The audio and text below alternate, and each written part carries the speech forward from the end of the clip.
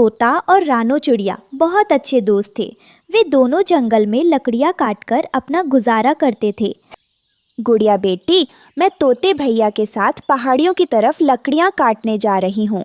मैं आज शाम को आऊँगी। अब घर पर ही रहना। मैंने भोजन तैयार कर दिया है। आपको भूख लगे तो शाम को भोजन खा लेना। मम्मा, जब आप वापस आएंगी, मैं आपके साथ मिलकर ही भोजन खाऊंगी। अपना ध्यान रखना आप। रानो चिड़िया अपना टिफिन उठाती है और तोते के घर की तरफ निकल जाती है। फिर रोज की तरह आज भी तोता और रानो चिड़िया लकड़ियाँ काटने जंगल में निकल जाते हैं। रोज की तरह दोनों काले कौवे बड़े पेड़ पर बैठे उन्हें जाते हुए देख रहे थे। देखो कालू, वो दोनों चले गए। अब वे पहाड़ियों की तरफ लकड़ियाँ काटेंगे और जब वे दोनों काम में व्यस्त होंगे तो हम उनका टिफिन खा लेंगे। दोनों चोर काले कौवे रोज ऐसा ही करते थे। जब तोता और रानो चिड़िया पहाड़ों की तरफ लकड़ियाँ काटने जाते थे तब वे चुपके से उनका टिफिन खा लेते थे। तोते भैया, आज हम अपना टिफिन अपने पास ही रखेंगे। पता नहीं कौन रोज हमारा भोजन चोरी करके खा जाता है। तुम चिंता मत करो, आज तो मैं उसे पकड़ कर रहूंगा। तुम रुक जाओ, मैं टिफिन पर नजर रखूंगा। ऐसा सोचकर तोता अपना टिफिन थोड़ी दूर पेड़ के पास रख देता है और लकड़ियाँ काटने लगता है। दोनों कौवे आकर पेड़ के पीछे छिप जाते हैं। कालू, अभी थोड़ा रुक जाओ। जैसे ही उनका ध्यान दूसरी तरफ होगा, हम टिफिन से भोजन चुरा लेंगे। तोता अपने काम में बहुत व्यस्त हो जाता है और उसका ध्यान टिफिन की तरफ नहीं रहता। दोनों कौवे मौका देखते ही आगे बढ़ते हैं और टिफिन से भोजन चुराकर वहां से भाग जाते हैं। दोपहर के समय जब तोता और रानो चिड़िया भोजन खाने बैठते हैं तो तोता कहता है, रानो बहन, आज हम दोनों में से किसी का भी भोजन चोरी नहीं हुआ होगा। मैंने पूरा समय टिफिन पर नजर रखी थी। जी तोते भैया। लेकिन जब रानो अपना टिफिन खोलती है तो उसमें भोजन नहीं होता। तोते के टिफिन में भी भोजन नहीं था। लगता है चोर फिर से हमारा भोजन चुरा कर ले गए। मुझे बहुत भूख लगी है। लगता है आज भी आधा काम करके घर लौटना पड़ेगा। चलिए घर चलते हैं। वे दोनों लकड़ियों के गट्ठर उठाकर घर की तरफ उड़ जाते हैं। आज तो चिड़िया के टिफिन में आलू के पराठे थे। मुझे तो बहुत मजा आया। गोरी, मुझे भी कभी चिड़िया का टिफिन खाने दिया करो। तुम हर बार खुद ही खा जाती हो। कल मैं चिड़िया का टिफिन खाऊंगा और तुम तोते का, ठीक है ना? अगली सुबह फिर दोनों कौवे टिफिन खाने निकल जाते हैं। वे आराम से भोजन खाकर घर लौट जाते हैं। रानो चिड़िया और तोता फिर से खाली टिफिन लेकर घर लौटते हैं। जब रानो चिड़िया टिफिन धोने के लिए खोलती है तो उसमें बहुत सारे सोने के सिक्के होते हैं। अरे वाह, मेरी तो किस्मत खुल गई। इस टिफिन में इतने सारे सोने के सिक्के हैं। लगता है जो चोर रोज हमारा भोजन खाता था उसने भोजन के बदले ये सिक्के रखे हैं। रानो चिड़िया बहुत भोली थी। उसे लगा कि चोर ने उसके भोजन के बदले सोने के सिक्के दिए हैं। वो बहुत खुश हो जाती है। दोस्तों देखो, मेरे टिफिन में से सोने के सिक्के निकले हैं। बहुत सारे सोने के सिक्के। दोनों काले कौवे पेड़ की डाल पर बैठे ये सब सुन रहे थे और बहुत जल गए। गोरी, हमने तो चिड़िया का भोजन खाया था। उसके टिफिन में सोने के सिक्के कहाँ से आए?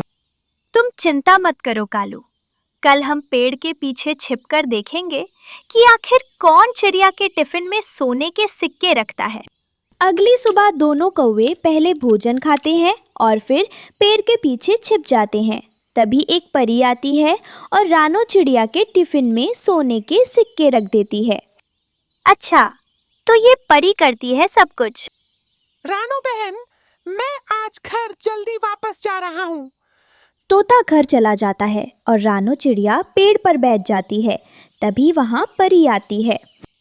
रानो, ये दोनों काले कौवे रोज तुम्हारा और तोते का भोजन चुराते हैं, इसलिए मैं तुम्हारे टिफिन में सोने के सिक्के रखती थी। अब तुम ये काम छोड़ दो और कोई दूसरा काम शुरू करो। अच्छा, तो वे दोनों चोर हैं। ठीक है परी, आज से मैं लकड़ियाँ काटना छोड़ दूंगी और कोई दूसरा काम करूंगी। काले कौवे ये सब सुन लेते हैं। इसका मतलब आज से हमारा भोजन बंद।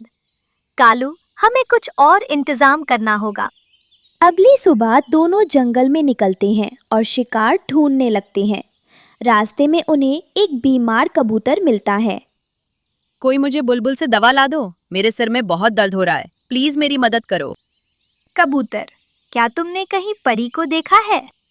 नहीं, मैंने परी को नहीं देखा, लेकिन प्लीज मेरी मदद कर दो, मुझे बहुत दर्द हो रहा है। हम क्या तेरे नौकर लगते हैं जो तेरे लिए दवा लाए? जा, खुद ले आ। दोनों कौवे वहां से उड़ जाते हैं और एक पेड़ पर जाकर बैठ जाते हैं।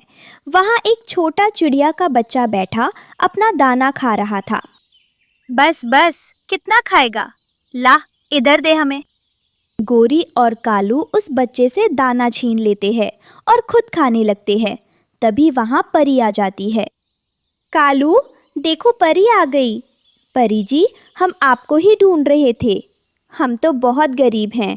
हम गरीब बच्चों की मदद करते हैं, लेकिन आजकल हमारे पास पैसे नहीं हैं। आप अपने जादू से हमें भी सोने के सिक्के दे दो। हाँ हाँ, मुझे सब पता है कि तुम दोनों सबकी कितनी मदद करते हो। परी जादू करती है और वहाँ एक टिफिन आ जाता है। इस टिफिन में सोने के सिक्के हैं, लेकिन इसे नदी किनारे जाकर ही खोलना। कौवे बहुत खुश हो जाते हैं और टिफिन लेकर नदी किनारे पहुँचते हैं। लेकिन जैसे ही वे टिफिन खोलते हैं, उसके अंदर एक सांप होता है। भागो कालू, भागो, इस टिफिन में तो सांप है। दोनों कौवे भागने लगते हैं और सांप भी उनके पीछे पड़ जाता है। वे कभी पेड़ से टकराते, कभी नीचे गिर जाते। उन्हें उनके बुरे कामों की सजा मिल गई थी। सागर वाले जंगल में बहुत तेज गर्मी पड़ रही थी। सभी पक्षी बहुत परेशान थे। गौरी कौवी और कालू कौवा केले के बड़े पत्ते से बड़े पेड़ पर बैठे ठंडी ठंडी हवा ले रहे थे कि तभी तोता बैलगाड़ी पर अपना नया पंखा रखे वहाँ से गुजरता है। दोनों कौवे तोते का नया पंखा देखकर हैरान हो जाते हैं और भागे भागे तोते के पास जाते हैं।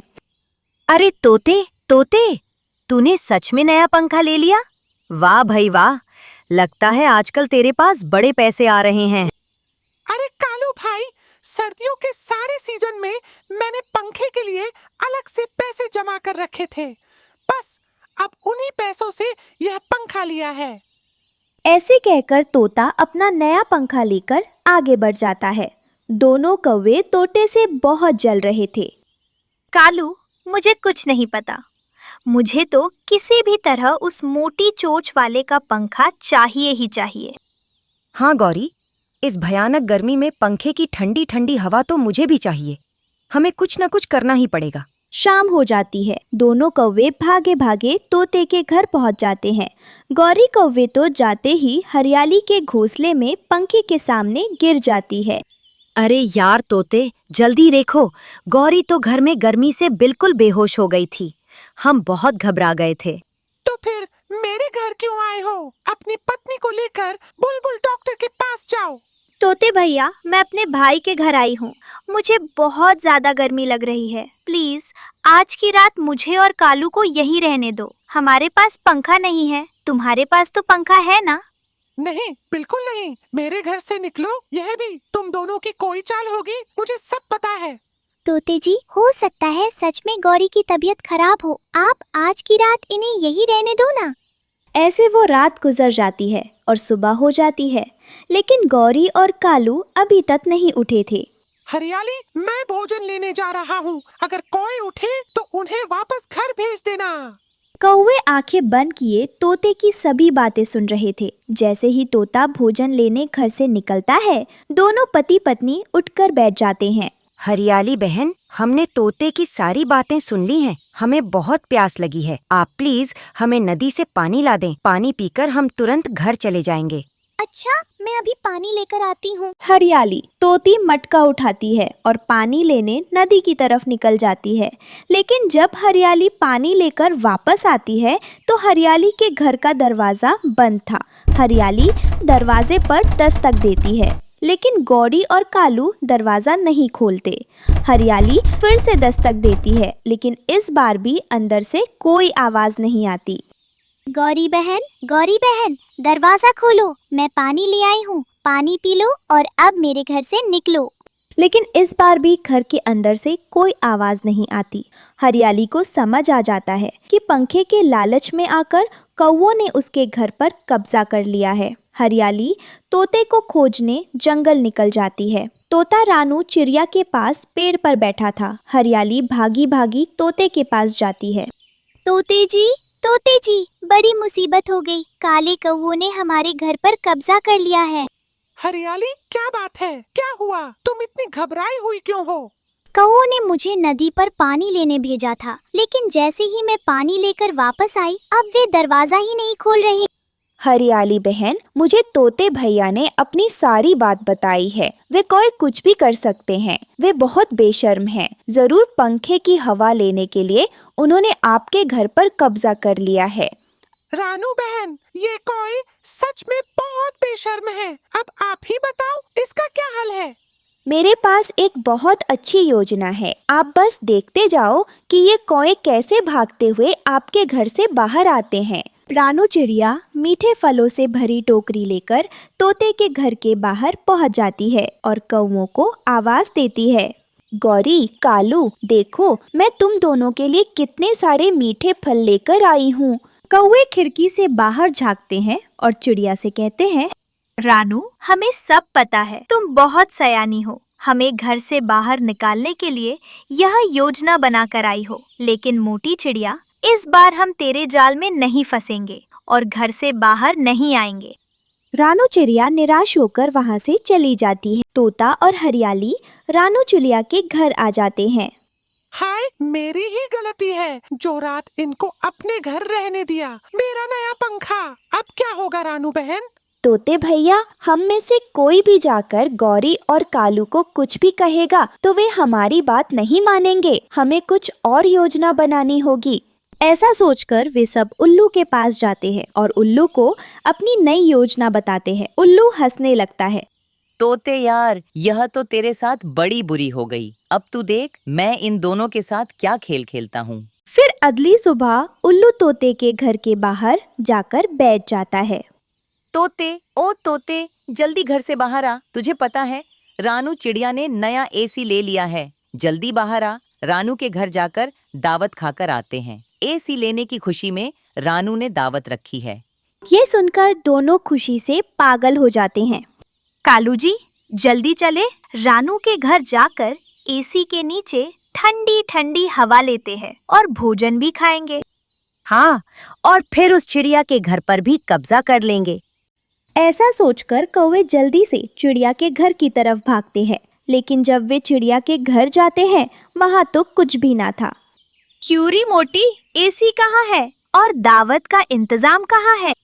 एसी और दावत तो नहीं है, लेकिन हाँ, पंखा जरूर है मेरे पास। तोता और हरियाली डंडे लेकर वहाँ पहुँच जाते हैं। गौरी, अब मैं तुम्हें देता हूँ पंखे की ठंडी हवा, और कालू, तुझे भी मैं अब अच्छी तरह बताता हूँ। ऐसा कहकर तोता और हरियाली गौरी और कालू को मारने लगते हैं और उनकी खूब पिटाई करते हैं। गौरी और कालू वहाँ से भाग जाते हैं। तोते भैया, कौओं को अच्छी खासी हवा मिल गई होगी। अब आगे से वे पंखे की हवा लेने किसी दूसरे पक्षी के घर नहीं घुसेंगे। रात हो जाती है। तोता और हरियाली अपने घर में सुकून से सोए थे। कौवे उनके घर के बाहर आते हैं और कहते हैं, मैया भैया, आपकी बहन को बहुत गर्मी लग रही है, दरवाजा खोलो ना मेरे प्यारे भाई।